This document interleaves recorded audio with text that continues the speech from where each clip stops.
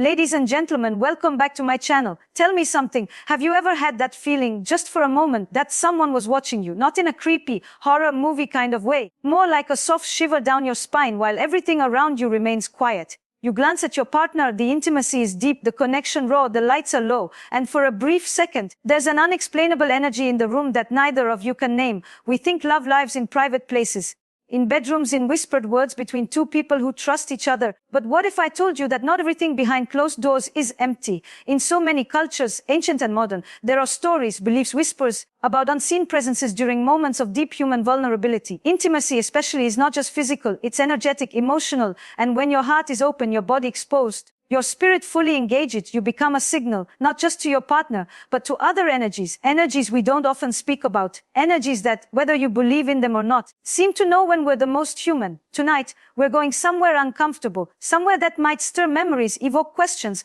or even wake up something long buried inside you. They thought they were alone, but Jinn were there during their intimacy. Let's talk about the presence no one dared acknowledge until now. You know, when we speak about intimacy, we often reduce it to skin and friction, maybe a few exchanged glances and whispered names in the dark. But real intimacy, true, vulnerable, exposed connection is far more than that. It's a kind of surrender, isn't it? It's when two bodies dissolve and what's left is energy, breath, heat, soul. And in that moment, when we are closest to our most human selves, we also become the most visible, sometimes not just to each other. Let me ask you something. Have you ever made love to someone you adored, trusted completely, and just as you're touching this soft place of vulnerability, something in the air changes? It's hard to explain. A subtle chill, a flickering shadow, a feeling you're being seen but not by the person in front of you. You push it away. You're rational, you're educated, you tell yourself it's the fan, the curtain, the wine, but part of you knows. There are many names for this presence. In the Western world, we call them ghosts or spirits. In other traditions, they are ancestors, protectors, watchers.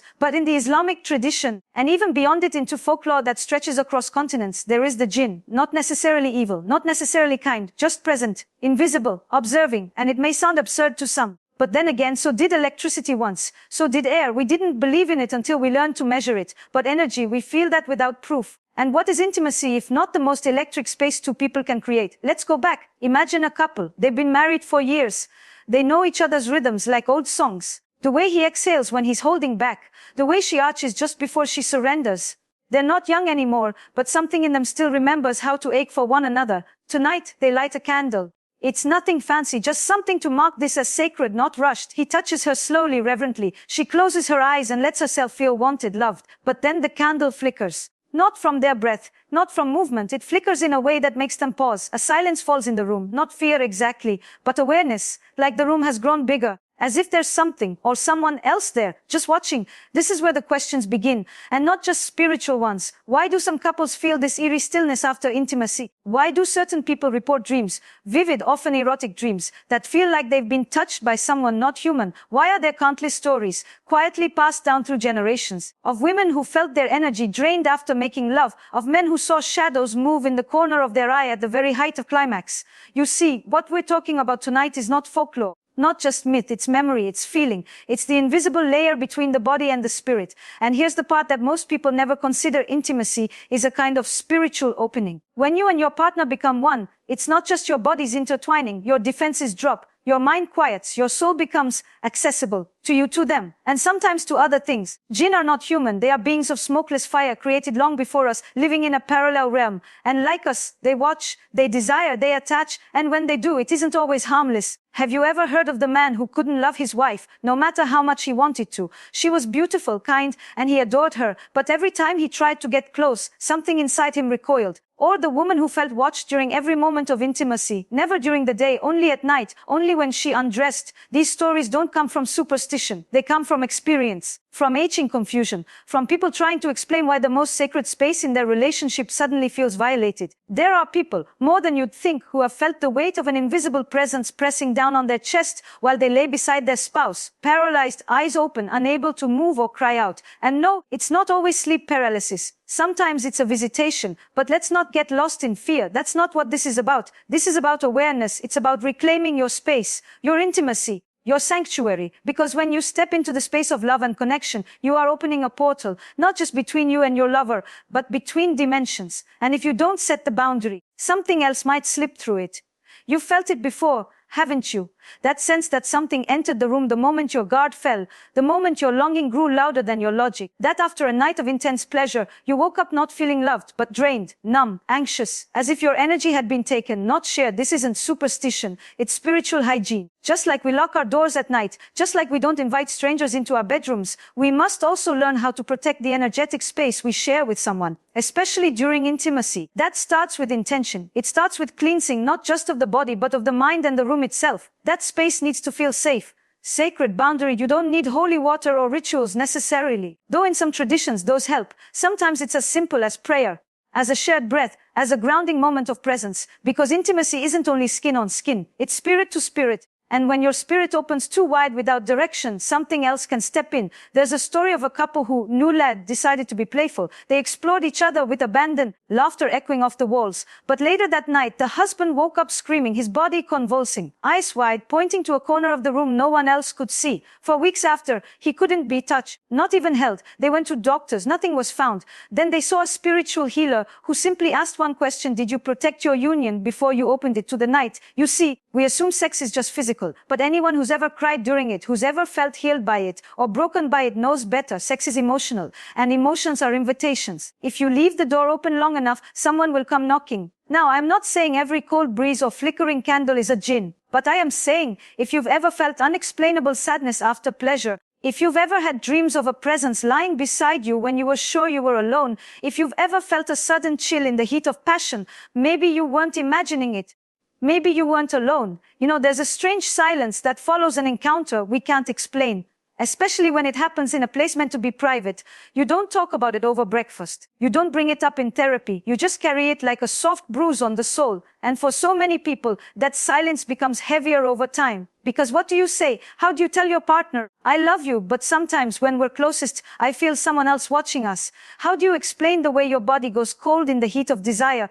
How do you admit that sometimes intimacy feels like trespassing? In many cultures, especially ones where the idea of unseen beings is not just accepted but respected, people understand this without needing a word. Grandmothers warn young women not to undress near mirrors. Old men tell stories of jinn falling in love with humans, clinging to them like shadows, becoming jealous, possessive, even violent. Not all jinn are malicious. Some are drawn to beauty, to vulnerability, to the radiance we emit when we are most alive, most open. And what is sexual energy if not a kind of radiance? We radiate when we surrender, when we allow ourselves to feel joy, closeness, even spiritual ecstasy. And that light it attracts, it calls, it says, something sacred is happening here. But not everyone who answers that call comes with good intentions. I remember once, a woman told me that every time she reached climax with her husband, she saw flashes behind her closed eyes. Not images, just movement. Colors, sometimes faces. She thought she was imagining it. She didn't dare tell him. She didn't want to be seen as dramatic or worse, crazy. So she carried it alone, each time shrinking a little more inside, until eventually she stopped letting herself enjoy him completely. And her marriage, her connection, began to fade. And yet, no one talks about this. We talk about physical boundaries, about communication, about sex education and pleasure and consent. All necessary, all beautiful, but we rarely speak of energetic consent, of spiritual protection, of how sometimes the emptiness we feel after love isn't emotional neglect, but energetic intrusion.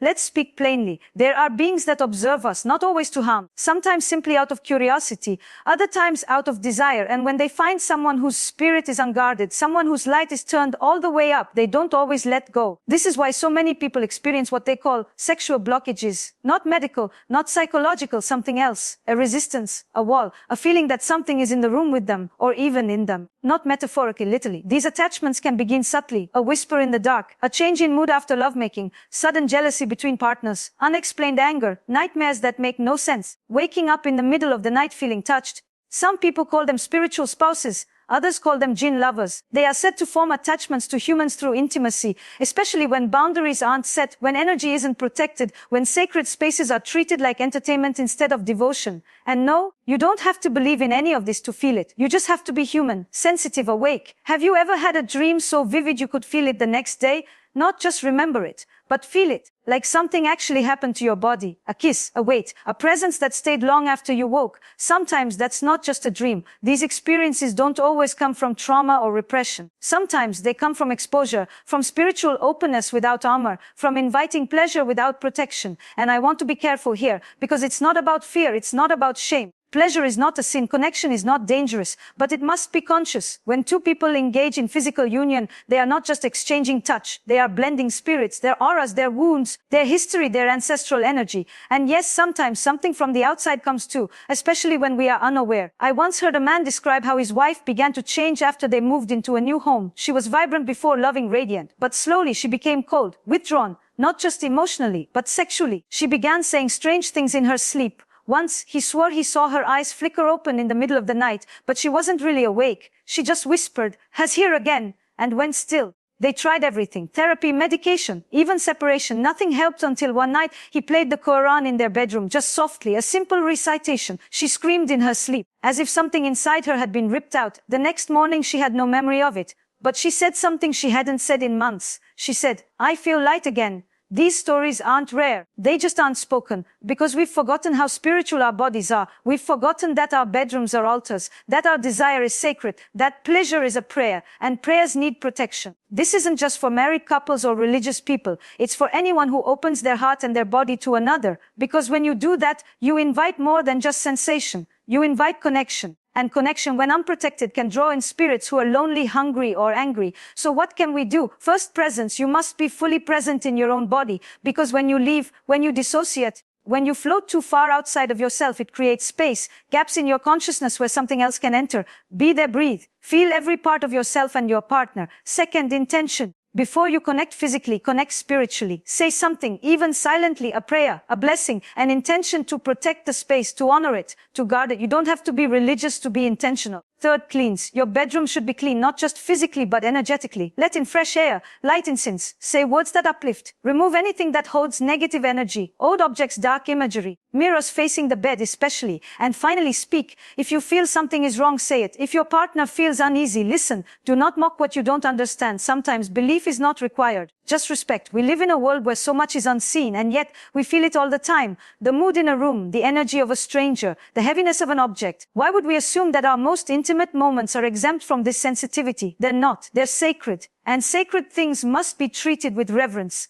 Because the more you honor your union, the more you protect it, not just from emotional harm, but from spiritual interference, not just from heartbreak, but from haunting. And maybe that's what love really is. Not just passion, not just compatibility, but protection, not just chemistry, but cover, not just skin, but soul. There's a certain kind of loneliness that settles in when you feel unseen in the very place where you should be most seen, your relationship. And that loneliness becomes more unbearable when you can't explain it. You're in bed beside the person who knows your body better than anyone else, and yet something is off. Something in the air feels watched, or worse, shared. You start questioning yourself. Am I imagining this? Is it just stress? Hormones? Guilt? But deep down, body knows what your mind hasn't found words for. That intimacy is supposed to feel safe. That connection is supposed to soothe you, not leave you hollow. That after the moment has passed, you should feel held, not haunted. I've spoken to men who say they lose interest in intimacy for no logical reason. They love their partners, they're attracted to them, but something resists. They begin to retreat into silence, believing they are broken. But they're not, they're just entangled with something they don't see. And I've listened to women who speak in whispers about dreams they can't forget, about waking up with marks on their thighs they didn't remember receiving, about the sense of being kissed in places no one touched, and worse, of feeling ashamed to say anything about it. Because when you live in a world that tells you to either explain everything or laugh it off, there is no room for the sacred unknown. But let me tell you something, your body remembers even what your mouth refuses to say. Your spirit carries traces of every touch, every gaze, every presence it has ever encountered, seen or unseen. And when you give your body to someone, you are not just sharing a moment. You're opening the door to a much wider world. One where light and shadow both exist, where love and longing intertwine with curiosity and desire. Not all of it human. So what happens when you suspect that something else has entered your sacred space? Something that doesn't belong to you or your partner? It starts with awareness, not panic, not obsession. But awareness. Your body will speak before your mind understands. Pay attention to your dreams, to the way you feel immediately after being intimate.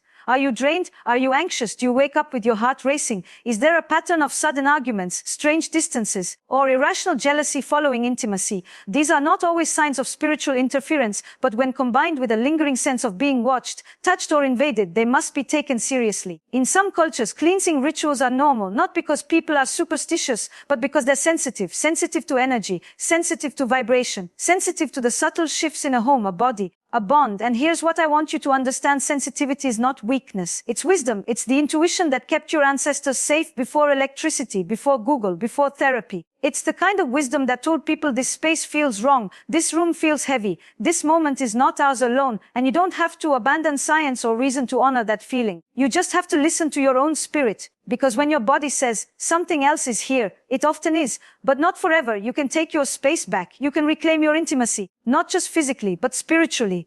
Emotionally, you begin with intention, a shared one. Before you touch one another, speak love into the room. Speak safety, not out of fear, but out of respect, out of reverence for what your bodies are about to create together. A portal, a home, a sacred flame. Then protect that flame. Clear your bedroom, declutter, turn off devices, cover mirrors, light something natural. Incense, or even a small candle with presence. Pray if that's your path, or simply breathe together. Inhale with trust, exhale with grounding. Do not rush into your desires like tourists. Arrive like pilgrims. This is your temple. Speak gratitude after love, even if it was messy, even if it wasn't perfect. Say thank you not just to each other, but to the sacred container you created. Gratitude seals energy. It tells the unseen this space is love, this space is guarded, this space is full. Jinn, like any being, are drawn to emptiness, to unclaimed desire, to chaotic energy, to pain. But when your love is centered, your bodies are aligned, your spirits are awake, there is no space for intruders. And if you felt that something has already attached itself to you, don't despair. Energy can be cleansed. Attachments can be broken, but it requires presence, honesty, a willingness to believe that what you can't see still matters. Speak to someone you trust, a spiritual healer, a counselor who honors the unseen. You are not alone. Many have walked this path. Quietly, silently, but they are there. You deserve to be free. You deserve to make love without shadows in the corner. You deserve to be held by someone you trust without fear of being watched. You deserve to be adored without being haunted. And your love, when grounded in trust, in awareness, in protection, is powerful, more powerful than anything that comes to disrupt it. We were not made to live in fear of the invisible. We were made to respect it. We were not made to close our eyes to the unknown. We were made to navigate it. With wisdom, with courage, with love. So tonight, as you lay beside the one you love, feel the softness of their skin, the warmth of their breath, the quiet of their heartbeat. And before you touch, remember this love is a light. And you are the guardian of the flame. There's a subtle erosion that happens when we don't feel safe in the most vulnerable part of our relationships. Not unsafe in the dramatic sense, but energetically unsettled, spiritually off. It starts slowly, less laughter between the sheets, more silence after closeness. One partner begins avoiding eye contact. The other starts sleeping with their back turned. And all of this without a single word of blame or argument, because the rupture isn't always emotional, it's energetic. A kind of dissonance that vibrates under the surface of the relationship like a low hum. And if you've never had language for it before, you might think the love is dying, that desire has left the room. But sometimes the truth is far stranger. Sometimes there's just someone or something else in the room. Many people unknowingly carry spiritual baggage into their sexual spaces, unresolved pain, past partners they never emotionally released, environments filled with chaotic or dark energy, and sometimes attachments formed during moments of weakness, loneliness, or carelessness. A night where they opened themselves to pleasure without grounding, a relationship that was never emotionally safe but sexually intense. Or a season in life when they craved closeness so badly, they'd take it from anywhere and something took them back. When you don't consciously close energetic doors, they often remain open, and Jinn, among other spiritual presences, are drawn to those openings. Especially in moments of heightened emotional or sensual energy. Think of your body during intimacy like a beacon. It glows, it pulses, it sends signals, and not every being who sees that light wants to celebrate it. Some want to take it, attach to it, feed from it. I've seen this play out in real relationships. A couple with intense chemistry begins to deteriorate, not because they don't love each other, but because something invisible starts to interfere. The woman begins to feel watched when she undresses. The man finds himself struggling with impotence that no doctor can explain. Both begin to feel increasingly fatigued, drained emotionally and physically after every sexual encounter. But they don't talk about it. Because how do you say, I feel like someone else is there with us, without sounding insane? You can. And you should. Because your body, your relationship, your spirit, they are not crazy. They are communicative. They are warning systems. And the moment you begin listening instead of silencing, things begin to shift. When intimacy is disrupted by something invisible, the first thing it fractures is trust. Not trust in each other, but in the space between you. You stop reaching for one another out of fear that something else might be in that space too. You begin to fear the most beautiful part of your relationship, but you don't have to stay afraid. You can begin again. You can reclaim that space, but it starts with both of you becoming spiritually present. Not just physically, not just emotionally, spiritually. This means looking at your bedroom not as just a place to collapse after a long day, but as an altar, a place of restoration, communion, beauty. Means asking, what energy lives here? What have we invited into this room? Through our words, through our actions, through our carelessness. Sometimes it's as simple as cleaning together, not just dusting, but clearing old energy, changing sheets, opening windows, playing words that soothe, laughing again, choosing each other with presence. And sometimes it's deeper. Sometimes you must both acknowledge that something else entered this space and now must leave. You can do this together, not with fear, but with unity. You sit together on the edge of the bed. You hold hands. You speak to the unseen with strength and softness. This space belongs to us. This love is protected. You are not welcome here. Leave. It might feel silly, but I promise you it's not. Because what you're doing is reclaiming the sacred. You are putting a spiritual seal on your union. You are saying this bed is not just for pleasure. It's for peace, for love, for soul. And in that declaration, something changes, the atmosphere softens, the energy clears, the bond between you begins to deepen again. There are women who've cried just from feeling safe again during intimacy, who've said, it feels like it's just us now, as if a heavy presence finally stepped away. And there are men who felt their vitality return, like something was no longer feeding off their strength. Because that's the thing about Jinn and other spirits. They don't need your permission to enter, but they need your awareness to leave. Awareness is your greatest weapon. It's your shield, your sword, your sanctuary. And when you carry that awareness into your sensuality, something incredible happens. Your intimacy becomes deeper, softer, more healing. You begin to trust again, to surrender again, not blindly, but consciously. And your partner, they feel it, the safety, the intentionality, the love that says, I'm here with you, not with ghosts, not with shadows, just with you. And that kind of love, it becomes a fortress, a radiant divine field that nothing dark can penetrate. We often think spiritual protection means rituals or exorcisms or holy verses. And yes, those have their place. But the greatest protection you can ever create is intimacy with presence. Because when you are fully in your body, in your spirit, in your love, there is no vacancy for anything else. You become whole together. And wholeness is something even the unseen cannot break. There's something profoundly sacred about a love that protects not just the body, not just the heart, but the invisible spaces in between, the energy, the silence, the mystery. And yet in today's world, where everything is rationalized, measured, and explained away, we forget that intimacy has always had a spiritual rhythm.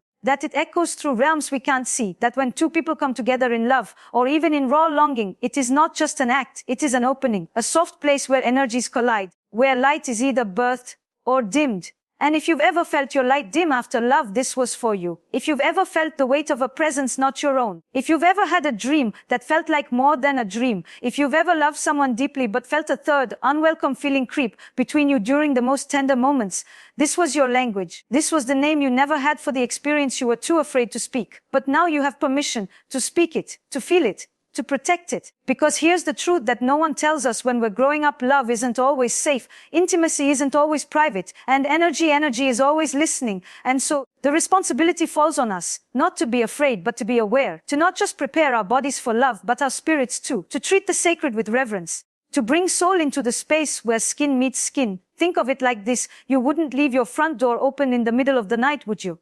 Not because you're paranoid, but because you understand that there are forces out there that do not belong in your space. Then why, when it comes to your most vulnerable, most energetic, most spiritually open moments, would you leave that door wide open? We don't always need to understand everything to respect it. There is a mystery to life, one that includes the seen and the unseen. And when you stop dismissing what you can't explain, you begin to reclaim power over it. You start choosing to love with light, to create a bedroom that is not haunted by past lovers, dark thoughts, or silent watchers, but filled with intention, trust, and sacred union. You begin to create rituals, not out of fear, but out of honoring. You cleanse your space with sound, with prayer, with light. You speak love into the walls. You learn to close energetic doors that should have never been opened. You ask for protection. You invite in peace. You name your space as holy. And then you begin to notice the difference. Your body no longer feels heavy after pleasure. Your dreams become clear. Your relationship begins to deepen, not just in touch, but in presence. Arguments subside. Affection returns, that eerie chill you used to feel at night gone, because the Jinn, the watchers, the lingering spirits of pain, past trauma, uninvited energy, they don't stay where love is fully awake. They don't attach to what is sacred, sealed and protected. They linger in confusion, in open-ended longing, in unspoken fears. But once you begin to speak, once you begin to bring awareness into the very heart of your intimacy, they lose power. You have power. And it doesn't lie in how much you know or how many rituals you memorize. It lies in your ability to be present, to be intentional, to be fearless when it comes to protecting the most sacred parts of your life. Because here's something no one says loudly enough. Sacred sexuality is not a fantasy. It's real, and it's yours. When you make love to your partner, you are not just touching flesh, you are touching legacy, ancestry, energy. You are creating ripples in a spiritual field that is older than your body, deeper than your mind. You are writing a story not just with your body, but with your soul. So write one that is safe, one that is sealed, one that honors both the beauty and the mystery. You are allowed to say, no, this space is mine. You are allowed to declare, only love is welcome here. You are allowed to build a sanctuary so protected, so radiant, so full of intentional energy, that even the unseen must pause before it enters. And if you've ever had an experience where you felt watched or drained or haunted during intimacy, you are not cursed, you are not broken, you are simply sensitive. And that sensitivity is a gift, a signal, a call to wake up, to cleanse, to protect, to begin again. You can burn the old sheets, you can open the windows, you can speak aloud the pain you swallowed for years. You can hold your partner's hand and say, let's protect this together. And if you are alone, you are not vulnerable, you are strong. Because now, you know to love yourself with intention, to care for your energy like it's gold, to invite no one, spirit or human, into your space without sacred consent. Your body is not haunted ground, your bed is not a battleground, your desire is not a sin, it is a doorway. And you, my dear, you are the one who decides who walks through it. So tonight, as the lights go low and the room falls quiet, I want you to breathe, not just to calm yourself, but to remind yourself, this breath, this love, this energy is mine, and no one, not seen, not unseen, has the right to take it from me. Close your eyes, touch your heart, and say it again. This love is sacred. This space is sealed. And I am no longer afraid, because now I know who's in the room. Only me, and the one I choose. Thank you for spending this sacred time with me. If this spoke to something inside you, share your story. You're not alone. And if you found comfort here, like the video, subscribe to the channel, and let's keep this conversation alive. You deserve love that leaves no shadows behind. And tonight you begin again.